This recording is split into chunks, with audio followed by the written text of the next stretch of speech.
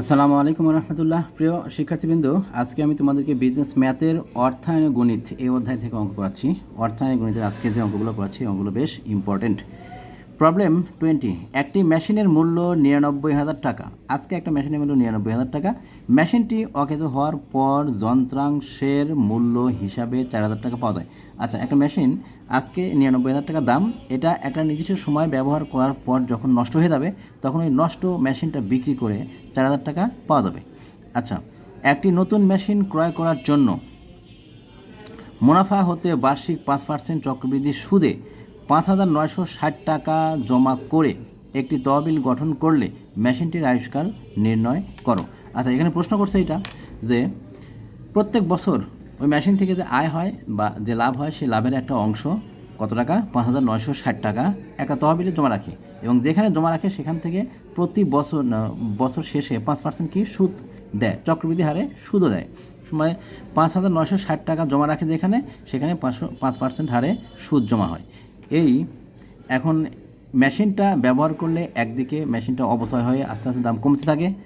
এখন যাতে নির্দিষ্ট সময় পরে যখন মেশিনটা নষ্ট হয়ে যাবে তখন যেন কিনতে পারে মেশিনটা আবার 99,000 টাকা দিয়ে যাতে কিনতে পারে, সেজন্য একটা তহবিল গ্রহণ করেছে যেখানে 5,960 টাকা করে জমা রাখে। এখন একদিকে মেশিন ক্ষয় হচ্ছে, আরেকদিকে মেশিনের টাকাটা জমা হচ্ছে। এখন এই যে মেশিনটা নিজস্ব সময় ব্যবহার করার পর যখন নষ্ট হয়ে যাবে তখনও ওই মেশিনের দাম কত টাকা, 99,000 টাকাই দাম আছে, মানে তখন কিনতে গেলে 99,000 টাকাই লাগবে। এখন ভাঙ্গা অংশ বিক্রি করে 4,000 টাকা পাবে, আরও কত টাকা লাগবে কিনতে, আরও 95,000 টাকা লাগবে। এই 95,000 টাকা যাতে সেই সময় পায় সেই জন্যেই লাভ থেকে 5,960 টাকা করে প্রতি বছরে জমা রাখে। এখন এই 5,960 টাকা জমা হয়ে 95,000 টাকা হতে যে সময়টা লাগবে এইটাই হচ্ছে আমাদের কি মেশিনের আয়ুষ্কাল। তার মানে মেশিনটা যখন নষ্ট হবে সেটা তো এখন না, ভবিষ্যতে নষ্ট হবে। তাহলে এই যে 95,000 টাকাটা কেনার জন্য দরকার, মেশিনটা কেনার জন্য 95,000 টাকা যে দরকার, এটা কখন দরকার হচ্ছে, এখন তো না, ঠিক ভবিষ্যতে মেশিনটা যখন নষ্ট হবে তখন দরকার হবে। তাহলে এই যে 95,000 টাকা যে টাকাটা লাগছে সেটা লাগবে ভবিষ্যতের, এখন না। তাহলে এই টাকাটাকে বলবো আমরা কি, ভবিষ্যৎ মূল্য। এর এই 95,000 টাকা জমা হতে কতদিন সময় লাগবে এটাই আমরা এখন নির্ণয় করবো, আর এটাই হচ্ছে আমাদের মেশিনের আয়ুষ্কাল। তাহলে দেখো, ভবিষ্যৎ মূল্যের ক্ষেত্রে এখানে বলেনি কিস্তিটা কখন দিচ্ছে, তাহলে আমরা ধরে নেব কিস্তি হচ্ছে বছরের শেষে দিচ্ছে। তাহলে বছরের শেষে যদি কিস্তি দেয় তাহলে এফভি সূত্র আসবে এটা, এফভি সমান a/i 1 + i⁻n - 1।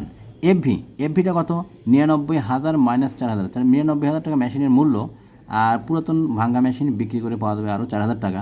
এই 4,000 টাকা বাদ দিলে আসবে কত, 95,000 টাকা। আর আই সমান কত, 0.05, এ সমান কত, 5,960 টাকা। আর এনটাই আমাদের বের করতে বলছে, এনটা হচ্ছে আয়ুষ্কাল, মানে মেশিনের কতদিন টিকবে, কতদিন মেশিন চালানো হয়েছে, এটা হচ্ছে আমাদের এনের মান, আর এনটাকে আমাদের নির্ণয় করতে হবে। আচ্ছা, এখন দেখো, এফভির মান লিখলাম 95,000 টাকা, এর মান 5,960 টাকা, আয়ের মান 0.05, আর এখানে 1 + i 1 + 0.05 এনের মান কত, এনের মানটা নাই, এনের মানটা আমাদের বের করতে হবে, মাইনাস কত, 1। এখান থেকে আমরা ক্যালকুলেশন করছি আর গুণ করে নেব, 95,000 গুণন 0.05 / 5,960, আর এই পাশে আসবে 1.05 - 1। আচ্ছা, এইখানে আমরা এতটুকু ক্যালকুলেশন করলে পাবো 0.796979,865, এতটুকু ক্যালকুলেশন করে এটা পেলাম। আর ডান পাশে আছে 1.05 মাইনাস কত, 1।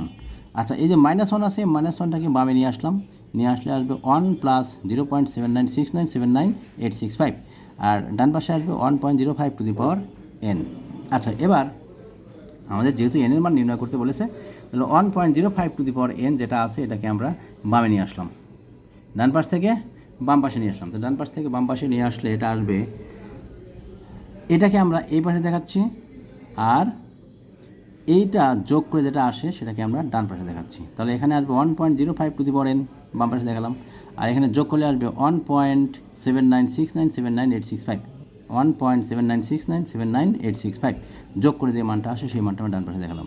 এবার আমাদের উভয় পাশে কী করতে হবে, লগ নিতে হবে। আমরা দুই পাশেই লগ নিয়ে নিলাম। তাহলে লগ নিলে এখানে আসবে লগ 1.05 আর এখানে আসবে লগ 1.796979,865, আর পাশে আমরা নোট দিয়ে দেবো লগ নিয়ে পরবর্তী লাইনে আমরা এই এনটাকে সামনে নিয়ে আসলাম, তাহলে এন সামনে নিয়ে আসলে কী আসবে, এন লগ 1.05 সমান লগ 1.79697985। আচ্ছা, এবার এখান থেকে এন সমান লগ 1.79697985 বাই কত, লগ 1.05। এখন এটাকে আমরা এটাতে ভাগ করব, ভাগ করলে আসবে কত, 12। তাহলে এন সমান 12, এই 12 পর আরও কিছু মান আসে, তো এটা বাদ দিয়েছি, এই জন্য এন সমান 12 লিখে আমরা লিখলাম কত, প্রায়। মেশিনের আয়ুষ্কাল, অতএব কি মেশিনের আয়ুষ্কাল 12 বছর, এটাই আমাদের অ্যান্সার। 21 নাম্বার আরও একটি প্রবলেম আমি সলিউশন করছি, দেখো সবাই খেয়াল করো। 21 নাম্বারটা কী বলেছে, 21 বলেছে যে মনে করো তুমি একটি কারখানা ক্রয়ের জন্য বিএসবি থেকে 5 লাখ টাকা ঋণ নিয়েছো। একটা কারখানা ক্রয়ের জন্য বিএসবি থেকে 5 লাখ টাকা ঋণ নিয়েছো। শর্ত হলো মাসিক 1.25% হার সুদে 48টি সমান মাসিক কিস্তিতে সকল ঋণ পরিশোধ করতে হবে। মাসিক কিস্তির পরিমাণ ও মোট সুদের পরিমাণ নির্ণয় করো। এখানে ঋণ করে বা ধার করে যেহেতু বলেছে, কোনো ব্যক্তি বা কোনো প্রতিষ্ঠান অন্য কোনো ব্যক্তি বা অন্য কোনো প্রতিষ্ঠানের কাছ থেকে অর্থ ঋণ করে বা ধার করে, এই কথা থাকলে অবশ্যই আমাদের কী করতে হবে, অবশ্যই আমাদের প্রেজেন্ট ভ্যালু পিভি সূত্র প্রয়োগ করতে হবে। পিভি তার মানে কি, অ্যানুইটির পিভি সূত্র প্রয়োগ করব। আর শর্ত বলে দিয়েছে কি, মাসিক 1.25%, এখানে সুদের হারটা দেওয়া আছে মাসিক 1.25% হারে, আর 48টি সমান মাসিক কিস্তি। এখানে আয় দেওয়া আছে, মানে সুদের হার দেওয়া আছে 1.25% মাসের, আর 48টি সমান মাসিক কিস্তি, এটাও আমাদের দেওয়া আছে কত, মাসিক কিস্তি। আয়ও দেওয়া আছে মাস, এনও দেওয়া আছে মাস। তাহলে আই এবং এন কোনোটাকে আমরা চেঞ্জ করব না, আমরা সরাসরি আয়ের যে মান দেওয়া আছে ওইভাবে ব্যবহার করব, আর এনটাকে যেভাবে দেওয়া আছে 48 মাস, আমরা 48 মাস হিসেবেই ব্যবহার করব অঙ্কে, মানে সূত্রের মধ্যে। মাসিক কিস্তির পরিমাণ মানে এর মানটা বের করতে হবে, আর মোট সুদের পরিমাণ, আমি মোট কত টাকা পরিশোধ করলাম আর কত টাকা ঋণ নিয়েছি, এই টাকার মধ্যে যে পার্থক্য, এটাকে বলবো আমরা কি, সুদের পরিমাণ। এটাকে বলবো আমরা কি, মোট সুদের পরিমাণ। এখন দেখো আমরা এখন সলিউশনে যাচ্ছি। যেহেতু প্রেজেন্ট ভ্যালুর সূত্র হবে, তাহলে প্রেজেন্ট ভ্যালুর কখন বছরের শেষে দিচ্ছে এই সূত্রটা প্রয়োগ করব আমরা। সূত্র আসবে এটা, পিভি সমান এ বাই আই 1 - 1 / 1 + i⁴n। কী মান দেওয়া আছে, পিভি হচ্ছে 5 লাখ, আই হচ্ছে 0.0125 মাসিক, সুদের হারটা দেওয়া আছে মাসিক, আর এন সমান 48 মাস, এ সমান হোয়াট, এখান থেকে আমরা মান বসাবো। পিভির মান 5 লাখ, এ বাই আই হচ্ছে 0.0125, এখানে 1 - 1 / 1 + 0.0125 টু দি পাওয়ার 48। আচ্ছা, আমরা এইখান থেকে পরবর্তী লাইনে এর নিচে 0.0125 এটা আমরা সোজাসুজি বাম পাশে আর গুণ করলাম, তাহলে 5 লাখ ইন্টু 0.0125 আর গুণ করলে এটা আসবে, আর ডান পাশে আসবে এ ইন্টু 1 - 1 / 1.0125 টু দি পাওয়ার কত, 48। এবার এখান থেকে আমরা যে কাজটা করব, এই 5 লাখ ইন্টু 0.0125 গুণ করলে কত আসবে, 6250। আর ডান পাশে এতটুকুর মান আমরা ক্যালকুলেটারে যদি একবারে চেপে সমান দেই, তাহলে আসবে 0.44914351।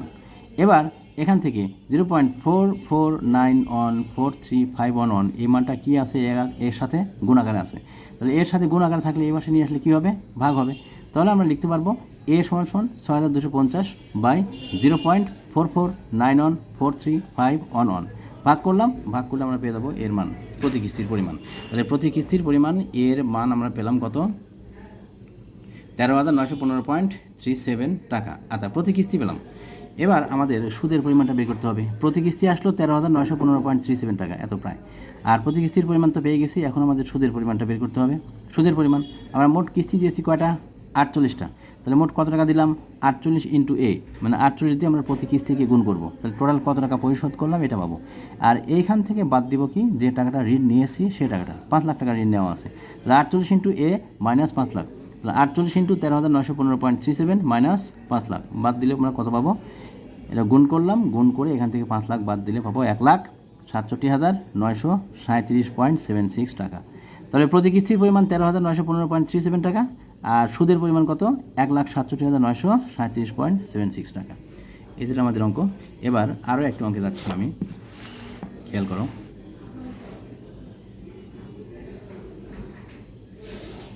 প্রবলেম 22 বলছে একজন ব্যক্তি 50,000 টাকা ধার করে এবং সে তার 6টি সমান মাসিক কিস্তি পরিশোধ করলো। আচ্ছা, অপরিশোধিত অর্থের উপর সুদের হার ছিল 13%, তাহলে মাসিক কিস্তি কত ছিল? আচ্ছা, এখানে বলেছে কি ধার করে, এক ব্যক্তি একজনের কাছ থেকে আরেকটা ব্যক্তির কাছে কী করছে, ধার করেছে কত টাকা? 50,000 টাকা। আর 6টা সমান মাসিক কিস্তি, 6 মাসে 6টা কিস্তি দিয়ে পরিশোধ হয়ে গেছে। যদি 6 মাসে 6 কিস্তি দিয়ে পরিশোধ না হতো, 12 মাস কিস্তি যদি দিতে হতো, তাহলে 12 মাসে কয়টা কিস্তি দিত? 6 মাসে 6 কিস্তি, 12 মাসে 12 কিস্তি। তাহলে সেই ক্ষেত্রে প্রতি কিস্তি দিত প্রতি মাসে মাসে। ঠিক আছে? তাহলে প্রতি মাসে কিস্তি দিলে এক বছরে মোট কিস্তির পরিমাণ কটা হতো? 12টা হতো। এখানে 6 মাসে 6 কিস্তি দিয়ে পরিশোধ হয়ে গেছে, তাহলে n সমান 6 মাস। তাহলে n সমান 6 মাস, আমরা 6 মাসকে কী করব? বছরে রূপান্তর করে নিব 12 দিয়ে ভাগ করে। কেন? কারণ এই যে সুদের হার 13% বলতে বোঝায় 100 টাকার এক বছরের সুদ 13 টাকা। তার মানে সুদের হারটা দেওয়া আছে বাৎসরিক। সুতরাং সুদের হার যেহেতু বাৎসরিক দেওয়া আছে, সুতরাং আমরা n কে বছরে রূপান্তর করে নেব। n দেওয়া আছে 6 মাস, 6 মাসকে 12 দিয়ে ভাগ করে 0.5 বছর বা হাফ বছর করে নেব। আর 6 মাসে যেহেতু 6 কিস্তি, তাহলে 12 মাসে কয়টা কিস্তি হবে? 12 মাসে 12 কিস্তি। তাহলে এখানে এমও আসবে, আর এম এর মানটা হবে কত? 12। আচ্ছা, এখন আমাদের সূত্র প্রয়োগ করছি। ঋণ করে বা ধার করে বললে আমরা জানি এটা কী সূত্র প্রয়োগ করতে হবে। ঋণ করে বা ধার করে বললেই প্রেজেন্ট ভ্যালু পিভি সূত্র প্রয়োগ করতে হবে। আর যদি একাধিক কিস্তি দিচ্ছে বছরে, তাহলে এমটাও আসবে। আমরা জানি পিভি সমান A by I by M, 1 minus 1 ভাগ 1 plus I by M power M N. PV কত? 50,000 টাকা। আই কত? 0.13। এন কত? 6 মাস। 6 মাস মানে এটাকে 12 দিয়ে ভাগ করবো, 0.5 বছর। এম এর মান কত আসবে? 12 বার। আর এ সমান হোয়াট? এর মানটা আমাদেরকে বের করতে হবে। আচ্ছা, এইখান থেকে আমরা এর নিচে এটা কী আকারে আছে মান টান বসিয়ে দিলাম। এইখানে 50,000, এখানে 0.13 আয়ের মান, এম এর মান 12, এখানে 1 মাইনাস 1 বাই এম এর জায়গায় এম এর মান, আয়ের জায়গায় আয়ের মান, আর এটা হচ্ছে এম এর মান, আর এটা এন এর মান। এন কত? 0.5 বছর, 0.5 মান টান বসিয়ে আমরা এটা পেলাম। এবার পরবর্তী লাইনে এসে আমরা যে কাজটা করবো, এটা আর গুণ করলাম। 0.13/12, এটা নিচে সম্পূর্ণটা এর নিচে ভাগ আকারে আছে, এই পাশে গেলে কী হবে? আর গুণ হবে। তাহলে গুণ হলে কী হয়? 50,000-এর সাথে গুণ হবে 0.13, আর 12টা নিচে ভাগ হবে।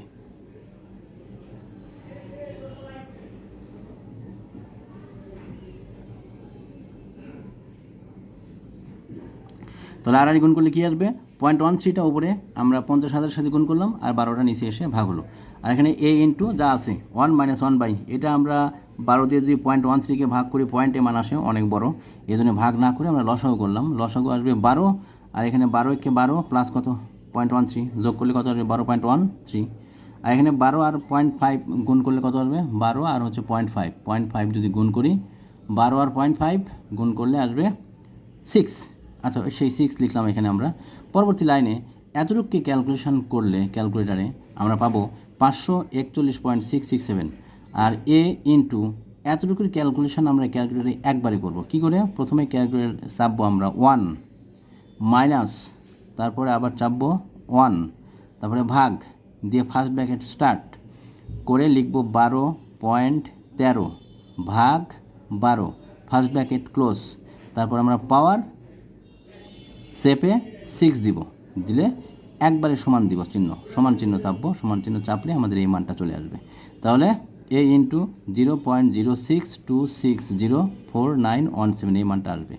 আর বামে তো আমরা এটা পেয়েছি 541.667। এখন এর সাথে এই মানটা কী আকারে আছে? গুণ আকারে আছে। এর সাথে যেহেতু গুণ আকারে আছে, এই পাশে গেলে কী হবে? ভাগ হবে। তাহলে ওইটি আমরা লিখবো, এটাকে আমরা এই পাশে নিয়ে আসলাম, এটাকে আমরা এই পাশে নিয়ে গেলাম, নিয়ে গিয়ে তারপরে কী করলাম? এ ইন্টু আকারে আছে, এই পাশে এটা গেলে কী হবে? ভাগ হয়ে যাবে। তাহলে এর সাথে গুণ আকারে ছিল, ডান পাশে গিয়ে ভাগ হবে। তাহলে ভাগ করলে কী আসবে?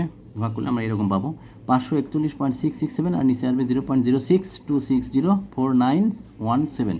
ভাগ করে ক্যালকুলেটরে আমরা পাবো কত? 8,652.14। প্রায় আরও কিছু মান ছিল, আমরা এটা প্রায় দিয়ে দেব। প্রতি কিস্তির পরিমাণ 8,652.14 টাকা, আর এটাই আমাদের অ্যান্সার। এটা আমাদেরকে বের করতে বলেছিল। 23 নম্বর আরও একটি অঙ্ক করাচ্ছি, প্রবলেম 23। দেখো এখানে কি বলেছে। 40 বছর বয়সী একজন লোক মৃত্যুকালে তার পরিবার পরিজনের জন্য 2 লাখ টাকা রেখে দিতে চান, কিন্তু তার গচ্ছিত কোনো টাকা নেই। একটি জীবন বীমা কোম্পানির তার মৃত্যুর পর তার ওই পরিমাণ অর্থ জীবন বীমার দাবি বাবদ দিতে রাজি আছে। তবে তাতে শর্ত হলো, এখন থেকে তার মৃত্যুর আগ পর্যন্ত প্রতি বছরের শুরুতে এ পরিমাণ অর্থ জীবন বীমা কোম্পানিতে জমা দিতে হবে। চক্রবৃদ্ধি সুদের হার 5% হলে এর মান, এখানে বলছে কি চক্রবৃদ্ধি সুদের পরিমাণ চক্রবৃদ্ধি বলে দিয়েছে। চক্রবৃদ্ধি সুদের হার 5% হলে এর মান কত হবে যদি সে আরও 30 বছর বাঁচে। আচ্ছা, আমি অঙ্কটা সংক্ষেপে একটু বুঝিয়ে বলি। সেটা হচ্ছে, এক ব্যক্তির বয়স যখন 40 বছর হয়েছে তখন সে চিন্তা করছে তার পরিবার পরিজনের জন্য, মৃত্যুকালে তার পরিবার পরিজনের জন্য 2 লাখ টাকা রেখে যাবে, কিন্তু ওই মুহূর্তে তার কাছে কোনো টাকা নাই। তখন সে একটা জীবন বীমা কোম্পানির কাছে গেছে। জীবন বীমা কোম্পানি তাকে বলেছে তাকে ওই পরিমাণ টাকা দিবে, কিন্তু শর্ত হলো এখন থেকেই প্রত্যেক বছরের শুরুতে এ পরিমাণ অর্থ ওই জীবন বীমা কোম্পানিতে জমা রাখতে হবে। আর যেখানে জমা রাখছে টাকা সেখানে আবার কত পার্সেন্ট? 5% চক্রবৃদ্ধি হারে সুদ দিবে। এখন প্রশ্ন করছে এটা যে সে এই চুক্তিটা করার পর আরও 30 বছর বেঁচে ছিল। এখন 30 বছর পর সে এই টাকাটা পেয়েছে, তাহলে 30 বছর পর পেয়েছে, এখন তো পায়নি। এখন যেহেতু পায়নি, তাহলে যে টাকাটা 30 বছর পর পাচ্ছে এটাকে আমরা কী মূল্য বলবো? ভবিষ্যৎ মূল্য। এখন প্রশ্ন করছে এটা যে প্রতি বছরে এ পরিমাণ টাকা যে জমা দিয়েছিল সেই এর মানটা কত, এর মানটা আমাদেরকে বের করে দেখাতে বলছে। এখন দেখো, যেহেতু এটা ভবিষ্যৎ মূল্যের সূত্র আসবে, কেন? কারণ 30 বছর পর টাকাটা পাবে, এখন না। এই জন্য আমরা কী করব? এটাকে ভবিষ্যৎ মূল্যের সূত্র যেটা, সেই সূত্রটা প্রয়োগ করব। আর বলে দিয়েছে প্রত্যেক বছরের শুরুতে, তাহলে ভবিষ্যৎ মূল্যের শুরুর যে সূত্র সেই সূত্র আমরা প্রয়োগ করবো। তাহলে FV সমান A/I 1 + I⁻n - 1 ইন্টু 1 + I। এখানে FV 2 লাখ টাকা, I 5%, N 30 বছর, এর মানটা বের করতে হবে। এর সমান হট, মানটা বসিয়ে দিলাম। এখানে 2 লাখ, A/I, এর মান 0.05, এখানে 1 + I, এর মান 1 + 0.05 টু দি পাওয়ার n, এর মান হচ্ছে 30, মাইনাস কত 1, এখানে 1 + I কত 0.05, 1 + 0.5। আচ্ছা, এখানে n সমান কত 30 বছর, এর সমান হট, এর মান তো আমাদের বের করতে হবে। মানটা বসিয়ে দিলাম। এখানে পরবর্তী লাইনে মান বসানোর পর যোগ করলাম। এখানে 1.05 টু দি পাওয়ার 30, এখানে -1, এখানে 1.05 এইভাবে আছে। আর এখানে 0.05টা আর গুণ করলাম, তাহলে 2 লাখ ইন্টু 0.05 সমান দিয়ে A into 1.05 to the power 30 -1 into কত আসবে 1.05। এইখান থেকে আমরা 2 লাখকে 0.05 দিয়ে গুণ করলে আসবে 10,000। আর ডান পাশে এতটুকু আমরা ক্যালকুলেটারে চাপলে সরাসরি মান চলে আসবে 3.321942,375 ইন্টু কত 1.05। এই দুই সংখ্যা আমরা কি ক্যালকুলেটারে গুণ করে দেব। গুণ করলে আসবে A ইন্টু কত 3.488039,494। আচ্ছা, আমরা এটা পেলাম। এখন এর সাথে এই মানটা কী আকারে আছে? গুণাকারে আছে। যেহেতু গুণাকারে আছে, তাহলে আমরা এই পাশে নিয়ে আসলে কী হবে? এটা ভাগ হয়ে যাবে। 10,000-এর নিচে এই মানটা ভাগ হয়ে যাবে। এই মানটা 10,000-এর নিচে ভাগ হয়ে যাবে। তাহলে ওইটাই লিখলাম, A সমান 10,000 বাই 3.488039,494। ভাগ করলাম, ভাগ করে আমরা পেয়ে গেলাম কত? A সমান 2866.94 প্রায়। আচ্ছা, তার মানে কি প্রতি কিস্তির পরিমাণ আসলো 2866.94 এত টাকা। এটাই ছিল আমাদের কি প্রতি কিস্তির পরিমাণ, মানে প্রতি কিস্তিতে তাকে জমা দিতে হবে কত? 2866 টাকা। আজকে এ পর্যন্তই। সবাই ভালো থাকো, আল্লাহ হাফেজ।